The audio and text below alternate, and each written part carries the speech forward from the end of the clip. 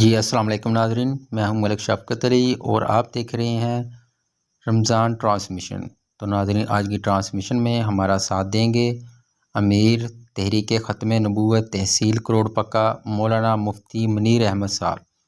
تو مولانا صاحب، سب سے پہلے تو آپ کا بہت شکریہ، آپ نے ہمیں قیمتی ٹائم دیا۔ تو قرآن و حدیث کی روشنی میں ختم نبوت کی اہمیت کو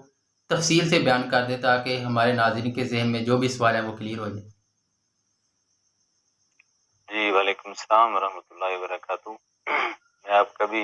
شکر گزار ہوں کہ آپ نے ختم نبوت کے عظیم کام کے لیے اپنے چینل پہ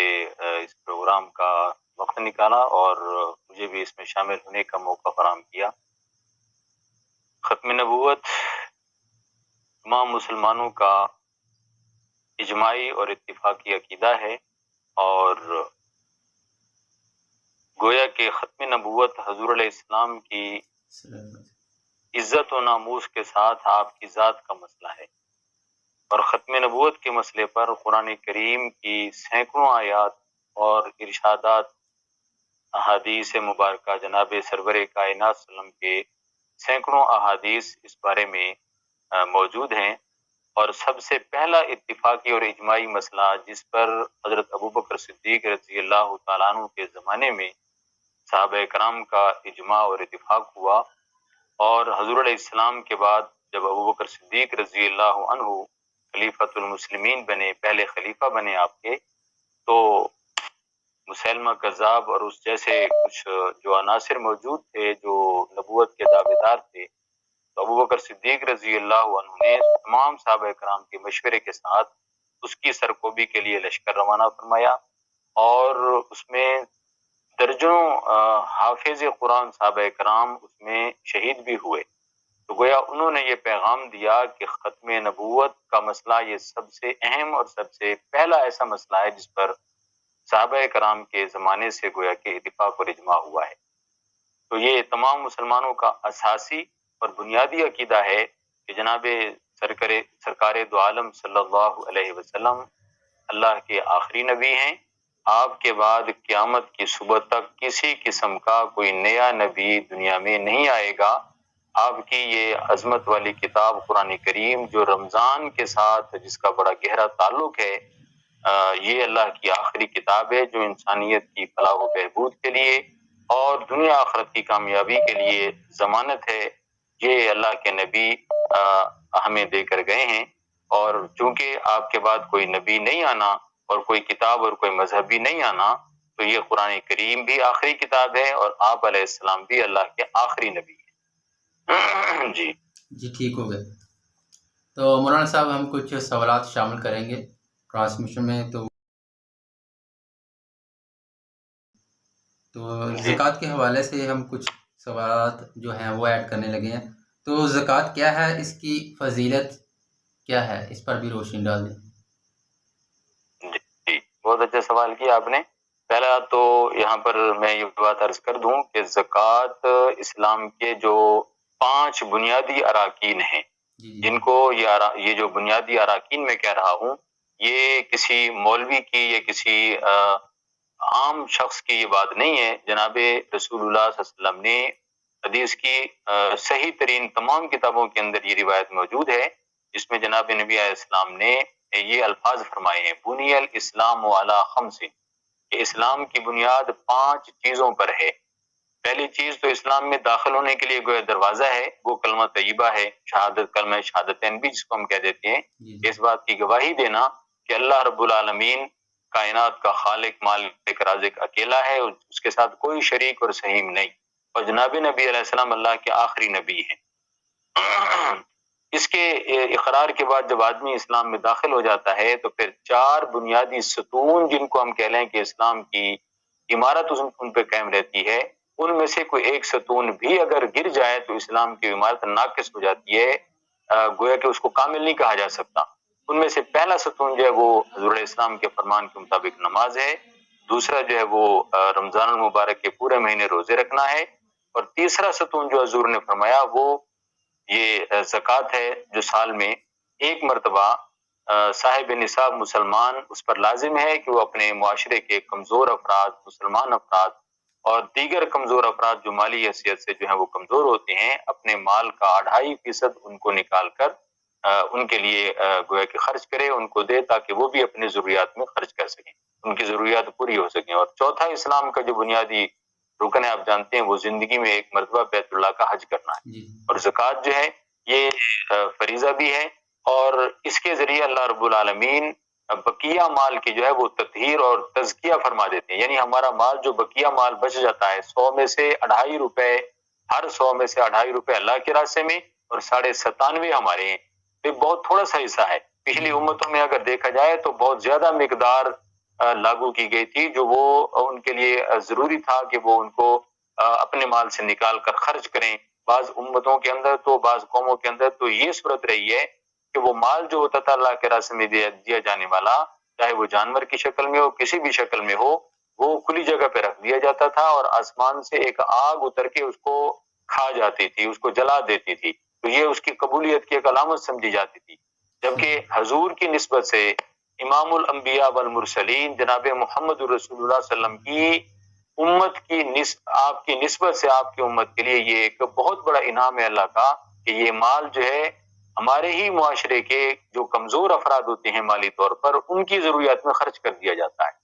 یعنی اس کو بجائے آگ میں جلانے کے یا کسی اور اس طرح کے اس میں لگانے کے، اللہ نے کرم کیا کہ ہمارے ہی معاشرے کے ہمارے جو بھائی ہوتے ہیں کمزور، ان کو ہم دے دیں کہ وہ اپنی ضروریات میں استعمال کر لیں۔ یہاں ایک جو ہمدردی ہے اپنے جیسے بھائیوں کے ساتھ، وہ پہلو بھی اس میں آ گیا، اور اللہ کا حکم پورا کرنے والا جو زکوٰۃ کا جو حکم ہے اس پر بھی ہم عمل کرتے ہیں۔ تو یہ زکوٰۃ جو ہے یہ اس حوالے سے بقیہ مال کی تطہیر، جس کو ہم کہہ لیں کہ پاکیزگی کا سبب ہے کہ ہمارا بقیہ جو مال ہوتا ہے وہ پاک صاف ہو جاتا ہے، اور تجربہ بھی یہی ہے، دوست پڑھے لکھے دوست اس کو جو ہے وہ بخوبی جانتے ہیں کہ جو لوگ اپنے مالوں کی زکوٰۃ جو ہے پابندی سے نکالتے ہیں تو ان کے جو معاملات ہوتے ہیں سال بھر کے، وہ بہت اچھے چلتے ہیں، یعنی ان کا مال جو ہے وہ چوری میں، ڈاکے میں، یا جو ہے وہ خام خواہ جیسے عدالتوں کے چکر ہیں یا کوئی مختلف قسم کے حوادث جس کے اندر مال ضائع ہو جاتا ہے، ایسے لوگ اس سے بچے رہتے ہیں۔ میں نے ابھی پچھلے جمعے اپنے اسی موضوع پر گفتگو کی، جمعے کے اندر اپنی مسجد میں، میں نے وہاں پر یہی بات سنائی۔ ہمارے یہاں شہر کے ایک دوست ہیں، نام لینا تو شاید مناسب نہیں ہوتا، چند سال پہلے کی بات ہے کہ ان کا جو ہے ایک کوئی چیز تھی کاروباری، کو کاغذات تھے ان کے 3-4 لاکھ روپے کے، آج سے 7-8 سال پہلے کی بات ہے، وہ گم تھے، 1.5-2 سال وہ اس کو تلاش کرتے رہے، کہیں ان کا اتا پتہ نہیں تھا، یعنی یوں سمجھے کہ وہ کاغذ 3-4 لاکھ روپے مالیت کا جو تھا، چیک کہہ لیں یا کوئی گارنٹی کاروباری جیسے ہوتے ہیں، ایسا ان کا گم تھا، کوئی اس کے آثار ملنے کے نہیں تھے۔ 1.5-2 سال کے بعد وہ مایوس ہو چکے تھے، لیکن ان کے ملازمین اور بقیہ جو تھے وہ تو مایوس تھے، وہ جو مالک تھے انہوں نے خود مجھے بتایا، کہتے ہیں سر جی مجھے ایسے لگتا تھا کہ میں چونکہ اپنے مال کی زکوٰۃ صحیح سے نکالتا ہوں، اللہ کا جو حکم ہے، اللہ کے نبی کا جو حکم ہے، پوری پابندی سے زکوٰۃ دیتا ہوں، تو میرے دل میں تھا کہ میرا وہ مال کہیں ضائع نہیں جاتا، مجھے دیر یا سویر سے مل ضرور جائے گا۔ اور اب یقین کی جو خود اس نے بتایا کہ 2-2.5 سال کے بعد اس کو ایک اجنبی نمبر سے کال آتی ہے کہ یار اس نام کا کوئی فلانا کاغذ ہمارے پاس آیا پڑا ہے، کہیں آپ کا تو نہیں؟ تو یہ کہتے ہیں کہ میں بڑا خوش ہوں، میں نے کہا یار یہ تو ہمارا گم شدہ فلانا لیٹر ہے، ہم اس کو تلاش کر رہے ہیں۔ تو وہ کہتے ہیں میں فوراً مجھے یقین ہو گیا کہ یہ واقعی وہی بات ہے کہ میں چونکہ زکوٰۃ اپنے مال کی پوری نکالتا ہوں، تو واقعی میرے رب نے میرا نقصان نہیں کروایا، اور میرے وہم و گمان میں بھی نہیں تھا میرا وہ 3-4 لاکھ روپے کا مجھے ایسی جگہ سے مل گیا کہ جہاں خیال تک بھی نہیں جا سکتا، جہاں بھی ہو سکتا ہے۔ یہ تجربات کی باتیں ہیں، یہ دنیا میں یہ اللہ دکھاتے بھی رہتے ہیں، تو زکوٰۃ اور عشر اسی طرح ہے۔ اور اگر آپ کا وقت زیادہ نہ لے رہا ہوں میں، تو میں بتا دوں کہ آج ہمارے معاشرے میں آپ دیکھیں کسان اس وقت کس عظیم پریشانی کے اندر ہے، ہمارے بھائی فصلیں تیار ہیں لیکن اولے برس رہے ہیں، بے وقت کی جو بارشیں ہیں، ویسے تو اللہ کی رحمت ہے لیکن ہم کیونکہ کمزور ہیں، تو یہ بے وقت کی جو فصلیں تیار ہیں، اولے پڑ گئے اور جو ہے بارش آ گئی، ساری فصل ضائع ہو گئی، بالکل تیاری کے مراحل میں۔ میں یہ سمجھتا ہوں کہ شاید اس میں ایک بڑا جو عمل دخل ہے وہ اس کا بھی ہے کہ ہمارے کسان بھائی صحیح عشر جو ہوتا ہے فصلوں کا وہ نہیں دیتے۔ اسی طرح جو کاروباری معاملات میں جو نقصانات آج ہمارے معاشرے میں رائج ہیں، سود کا نظام ہے اور باقی ناجائز چیزیں ہمارے معاشرے میں، شاید اس کی بڑی وجہ یہ بھی ہے کہ ہم زکوٰۃ، ہمارے مالدار بھائی صحیح زکوٰۃ نہیں دیتے، اس کو چٹی اور توان سمجھتے ہیں، یا جو ہے وہ اسے جان چھڑانے کے لیے وہ ہیلے کرتے ہیں، تو اس کا یہ نتیجہ ہوتا ہے کہ پھر مال ہمارا ضائع ہوتا ہے۔ جی تو زکوٰۃ جانوروں پر بھی عائد ہوتی ہے؟ جی، جانور بھی ایک جانور جو ہوتا ہے وہ دودھ کے لیے جیسے ہم رکھتے ہیں، یا کوئی آدمی جیسے گھوڑا ہے اس پہ تانگا ہے یا ریڑھا ہے یا گدھا ہے یا وہ بیل جو ہوتا ہے بھینسا ہوتا ہے وہ ریڑھی وغیرہ میں وہ ضرورت میں آتا ہے، اس پہ نہیں آئے گی۔ اسی طرح ایک جانور دودھ کا اگر رکھا ہوا ہے، خود اس کا ہم دودھ گھر میں استعمال کرتے ہیں تو اس پر تو وہ ضروریات میں آ جاتا ہے۔ اس سے زیادہ جانور اگر ہوتے ہیں، اگرچہ ان کا پھر ایک نصاب ہوتا ہے، وہ تفصیلات ہماری دین کی ہماری فقہ کی کتابوں میں فتاوی جات میں ملتی ہیں، بہرحال ان پہ زکوٰۃ نصاب کو جب پہنچ جائیں تو اس پہ آتی ہے۔ جیسے سونے چاندی کا نصاب ہے ایسے ان کا بھی نصاب ہے، وہ تفاصیل پھر فتاوی کی کتابوں میں ملتی ہیں۔ وہ ہمارے بھائیوں سے گزارش ہوگی کہ جس بھائی کو جس حوالے سے تفصیلی یہ معلومات درکار ہوں تو وہ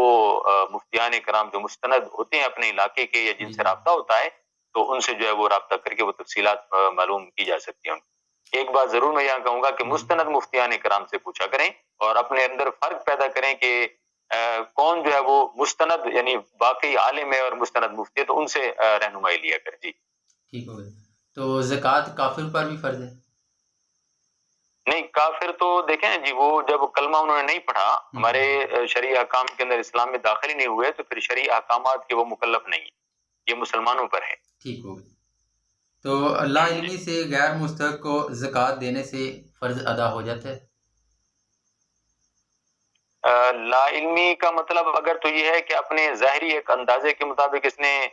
دینے والے نے اندازہ لگایا تھا کہ بندہ مستحق ہے لیکن بعد میں پتہ چلا کہ مستحق نہیں تھا، تو اس میں بھی پھر تھوڑی سی تفصیل ہے کہ اگر اس کو پتہ چل گیا ہے تو کوشش کرے کہ دوبارہ زکوٰۃ دے دے، چونکہ اس کے علم میں آ چکا ہے نا کہ وہ بندہ مستحق نہیں تھا، مجھ سے پہچاننے میں غلطی ہوئی ہے۔ اور اگر وہ اس طرح کی کوئی اور غلطی ہو کہ تحقیق ہی نہیں کی پھر تو لازماً اس کا اپنا قصور بنے گا۔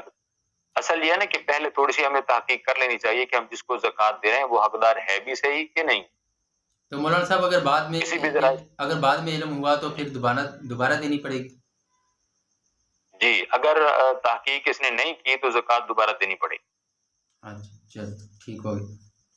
تو کیا زکوٰۃ کی ادائیگی رمضان میں ہی کرنی چاہیے؟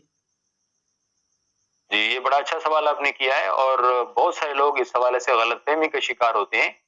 یہ بڑا اہم مسئلہ ہے، اس کو جو ہے وہ ضرور لوگوں کو بتانا چاہیے اور ان کو سمجھنا چاہیے۔ زکوٰۃ کے لیے شرعی طور پر رمضان یا غیر رمضان کا کوئی دوسرا مہینہ بقیہ 11 ماہ کوئی متعین نہیں ہے شرعی طور پر۔ میں پھر کہہ دیتا ہوں، کوئی مہینہ رمضان یا دوسرا کوئی مہینہ متعین نہیں ہے۔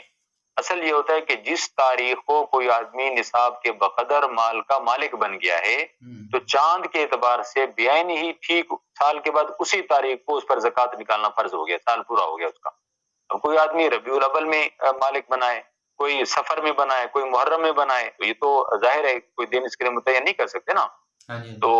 جس تاریخ کو مال اس کی ملک میں آیا تھا اور وہ نصاب کے بقدر تھا تو بعین ہی اسی تاریخ کو سال کے بعد زکوٰۃ نکالنا اس پر فرض ہے۔ باقی رمضان میں دینے کا چونکہ خرچ کرنے کا رمضان میں ہر نیکی کا اجر و ثواب بہت بڑھ جاتا ہے تو لوگ اس حوالے سے رمضان میں دے دیتے ہیں۔ بعض لوگوں کا سال مثلا پورا ہو رہا ہے اگلے مہینے میں، بعض لوگوں کا درمیان کے کسی مہینے میں، تو وہ اب دے دیتے ہیں، حساب کتاب وہاں سے رکھ لیتے ہیں، اس میں کوئی حرج نہیں، اچھی بات ہے، رمضان میں خرچ کرنے کی فضیلت مل جاتی ہے ان کو۔ اسی طرح بعض لوگ جو ہے وہ مثلا رجب میں شعبان میں وہ لیٹ کر کے دے دیتے ہیں، تو اس میں بھی جائز تو ہے، لیکن اس میں یہ خطرہ ہوتا ہے کہ اگر زندگی موت کا پتہ نہیں ہے، اگر یہ بندہ وفات پا گیا اور فرض کے ذمہ رہ گیا تو پھر عند اللہ گناہ گار ہو گئی۔ باقی پھر عرض کر دوں میں مختصر آپ کا سوال کہ زکوٰۃ دینے کے لیے شرعی طور پر رمضان یا کوئی اور مہینہ یا تاریخ متعین نہیں ہے۔ اس تاریخ کو زکوٰۃ فرض ہوگی جس تاریخ کوئی آدمی نصاب کے بقدر مال کا مالک ہوا تھا، تو چاند کے اعتبار سے جس تاریخ کو سال پورا ہوا ہے اسی تاریخ کو زکوٰۃ نکالنا فرض ہو جاتا ہے۔ تو مولانا صاحب زکوٰۃ کس کس کو دے سکتے ہیں، یہ بھی ذرا ہمارے ناظرین کو۔ جی، زکوٰۃ کے مصارف قرآن کریم میں 10ویں سپارے میں اللہ رب العالمین نے خود بیان فرمائے ہیں، انما الصدقات للفقراء والمساکین والعاملین علیہا۔ تو یہ تفصیل تو وہاں موجود ہے، اس میں مختصراً میں یہ کہوں، اس کا خلاصہ جو ہے وہ کہ ہر وہ آدمی جو غریب آدمی جس کو ہم کہتے ہیں جس کی ملک میں نصاب کے بقدر مال نہ ہو، یعنی ضروریات سے زائد بھی کوئی چیز اس کی ملک میں اتنی نہیں ہے جو نصاب کے بقدر پہنچ سکے۔ نصاب جو ہوتا ہے چاندی کے اعتبار سے ہم آج کل تھوڑا نصاب وہی ہے 52.5 تولے، آج ہی میں نے ریٹ معلوم کیا تھا، ایک بھائی نے مسئلہ پوچھا تھا، تو 2400 روپے اس وقت اس کا ریٹ ہے چاندی کا فی تولہ، تو 52.5 تولے کا تقریباً 1.25 لاکھ کے لگ بھگ میرے خیال میں بن جائے گا، کیلکولیٹر سے حساب کیا جا سکتا ہے۔ تو اتنا مال بھی جس کے پاس نہ ہو، چاہے وہ نقدی کی صورت میں ہو، سونے چاندی کی صورت میں ہو، یا ضرورت سے زائد کوئی ایسی چیز جو ضروریات میں نہیں آتی اور اس کی مالیت 52 تولے چاندی کے برابر پہنچ جاتی ہے، وہ بندہ زکوٰۃ لینے کا حقدار نہیں ہے۔ جس کے پاس اتنا نہیں ہے وہ زکوٰۃ لے سکتا ہے۔ اسی طرح مسافر اس میں اس آیت میں مذکور ہے، مسافر ہے، شرعی مسافر ہے، ایک بندہ گھر میں تو وہ مالدار ہے لیکن سفر کی وجہ سے بیچارہ غریب ہو گیا، کوئی چیز اس کے پاس نہیں ہے، اس کو بھی دے سکتے ہیں۔ پہلے زمانے میں قیدی ہوتے تھے، ان کا ذکر بھی موجود ہے، قیدی جنگوں میں جو پکڑے جاتے تھے، غلام ہوتے تھے، باندیاں ہوتی تھیں، تو ان کو اسلام نے اجازت دی ہے کہ ان کو بھی زکوٰۃ دیجیے تاکہ وہ جو ہے وہ اپنا معاوضہ دے کر اپنے آپ کو آزاد کروا لیں۔ اور اسی طرح کچھ اور بھی ہیں جو اس آیت میں بیان کیے گئے۔ بنیادی طور پر آج کے معاشرے میں جو پائے جاتے ہیں وہ میں نے عرض کر دیا۔ ٹھیک ہے، تو زکوٰۃ اکٹھی ایک کو ہی دینی چاہیے یا پھر جتنے بھی ضرورت مند ہیں ان کو تھوڑی تھوڑی دے سکتے ہیں؟ ہاں، زکوٰۃ تقسیم کر کے دینا زیادہ بہتر ہے، اور اکٹھی بھی دینا چاہیں اگر ہم سمجھتے ہیں کہ زیادہ ضرورت مند ہے، کوئی مستحق ہے بھائی، زیادہ ضرورت میں اس کو اکٹھی دے سکتے ہیں، لیکن اتنی زکوٰۃ دینا اکٹھی اس کو ایک آدمی کو ہو کہ وہ خود صاحب نصاب بن جائے، اتنی دینا کہ وہ خود صاحب نصاب بن جائے، یہ پھر مکروہ ہے کہ وہ پہلے زکوٰۃ لینے کا حقدار تھا، اس کو اتنی دیتی کہ اب زکوٰۃ اس پر نکالنا ضروری ہو گیا ہے یا صاحب نصاب بن گیا، تو یہ تو مکروہ ہے۔ زکوٰۃ دینے والے کی پھر بھی ادا ہو جائے گی۔ بہتر یہ ہے کہ کچھ نہ کچھ تقسیم کر کے اس کو دیا جائے، اور جائز دونوں صورتیں ہیں، اکٹھی بھی دے سکتے ہیں، تقسیم کر کے بھی دے سکتے ہیں۔ تو مولانا صاحب، رمضان المبارک کے حوالے سے آپ پروگرام کے لاسٹ پہ کوئی پیغام دینا چاہیں ہمارے ناظرین کو؟ جی، میں یہی عرض کروں گا کہ رمضان المبارک بہت قیمتی یہ اللہ رب العالمین کی طرف سے تحفہ ہے ہمارے لیے، اپنے حبیب کے صدقے، اپنے محبوب علیہ السلام، پیارے آقا مدنی کریم صلی اللہ علیہ وسلم کے صدقے میں اللہ نے یہ بہت عظیم ہمیں یہ مہینہ اور یہ تحفہ عطا فرمایا، اور فضائل اس کے بڑے احادیث میں آئے، علماء بیان کرتے رہتے ہیں اپنے خطبات میں، اپنی تقاریر میں، عوام سنتے رہتے ہیں۔ میں یہ عرض کرتا ہوں کہ اس رمضان کی نسبت سے اس کے ایک ایک لمحے کو غنیمت سمجھ، اس کو قیمتی بنائیں۔ روزے کی اور نماز کی تو میں بات نہیں کرتا، وہ تو مسلمان پہ ویسے فرض ہے، وہ میں نہیں سمجھتا کہ بتانے کی ضرورت ہے، اگرچہ میں یہ کہوں گا کہ سستی بہت پائی جا رہی ہے ہمارے میں، نماز کی بھی، روزے کی بھی۔ اچھے بھلے نوجوان ہیں جن کو جو ہے وہ کھڑے ہوئے کھا رہے ہیں، پھر پرواہ ہی کوئی نہیں کہ مسلمان ہے کون ہے۔ اب آٹا لینے کے لیے آپ دیکھیں ہمارے شہر میں بھی اسی طرح حال ہے، آپ کے یہاں بھی شاید اسی طرح ہوگا، آپ کو مناظر نظر آتے ہوں گے۔ صبح سحری کے وقت میں لوگ اٹھ کر نیند قربان کر کے وہاں لائنوں میں لگے کھڑے، میلوں لمبی لائنیں لگی ہوئی ہیں، مسجد کی صفیں خالی ہیں۔ یہ ہمارا جو طرز عمل ہے، یہ کس طرف ہمیں لے کے جائے، ہم کہاں جا رہے ہیں؟ یعنی جو ہم مسلمان ہونے کے ناطے ہمارا رب پر جو تھا یقین تھا، یا تو جو ہمارا جو ایک ایمان تھا، اس کی طرف ہمیں نماز کی طرف اللہ سے مانگنے کی طرف خیال نہیں ہے، اور مفت 1500 کے لیے ہم جو ہے وہ نیند بھی چھوڑے کھڑے ہیں، ساری مصروفیات بھی، اور کیا مرد کیا عورتیں۔ بہرحال میں یہ عرض کروں گا کہ رمضان بڑا بابرکت عظمت والا مہینہ ہے، اس کو ہم غنیمت سمجھیں، اس کے ایک ایک دن کو، گھنٹے کو، منٹ اور سیکنڈ کو۔ نامعلوم سال کے بعد پھر رمضان آئے گا، 11 مہینے کا بڑا لمبا وقت ہے، پتہ نہیں ہم ہوں گے نہیں ہوں گے، ہم میں سے کون کون آئندہ رمضان میں ہوگا، کس کس کے نصیب میں ہوگا۔ یقیناً ہم میں سے بہت سارے سینکڑوں، ہزاروں، لاکھوں لوگ ہوں گے جن کی زندگی کی جو رمضان کی جو فہرست ہے نا، ان کی زندگی میں کتنے رمضان آنے تھے، بہت سارے ایسے ہوں گے جن کی زندگی میں رمضان جو ہوگا اس کے بعد صفر ہوگا۔ بہت سارے ایسے ہوں گے کہ ان کی جو زندگی میں رمضان آنے تھے، ان کی زندگی کا یہ رمضان آخری ہوگا، آئندہ رمضان سے پہلے رخصت ہونا ہے۔ تو ہم میں سے کون کون ہے، ہم میں سے کسی کو نہیں پتا۔ تو اس کی ہم اگر ہم فکر پائیں کہ ہو سکتا ہے میرا بھی یہ رمضان آخری، میری زندگی کا آخری ہو، تو ہم اسے فائدہ اٹھائیں۔ فائدہ یہی ہے کہ ہم جو ہیں جو حقوق اللہ ہیں، حقوق العباد ہیں، نماز روزے کے علاوہ قرآن کی تلاوت ہے، اور صبح سحری کے وقت بالخصوص اٹھ کر اللہ سے اپنی ضروریات، اپنے پورے ملک کے لیے، اپنی قوم کے لیے، پوری امت کے لیے اپنی ضروریات بھی مانگیں۔ دنیا بھی ہماری ضرورت ہے، اصل مانگنے کی چیز آخرت ہے، تو اپنے رب کو راضی کرنے کی فکر کریں۔ رمضان کا خاص طور پر پیغام یہی ہے، اور اپنے لوگوں کے ساتھ جو ہمدردی ہم انسانوں کے ساتھ کر سکتے ہیں، بالخصوص میں یہ عرض کروں گا کہ ہمارے تاجر بھائی جو ہیں جو ہے وہ کوشش کریں کہ زیادہ صدقہ خیرات اگر نہیں کر سکتے تو کسی اپنی ان مصنوعات، اپنی جو جس چیز کی تجارت ہم کر رہے ہیں، کم از کم وہ آپ صحیح نرخ پر، صحیح دیانتداری کے ساتھ لوگوں کو دیں،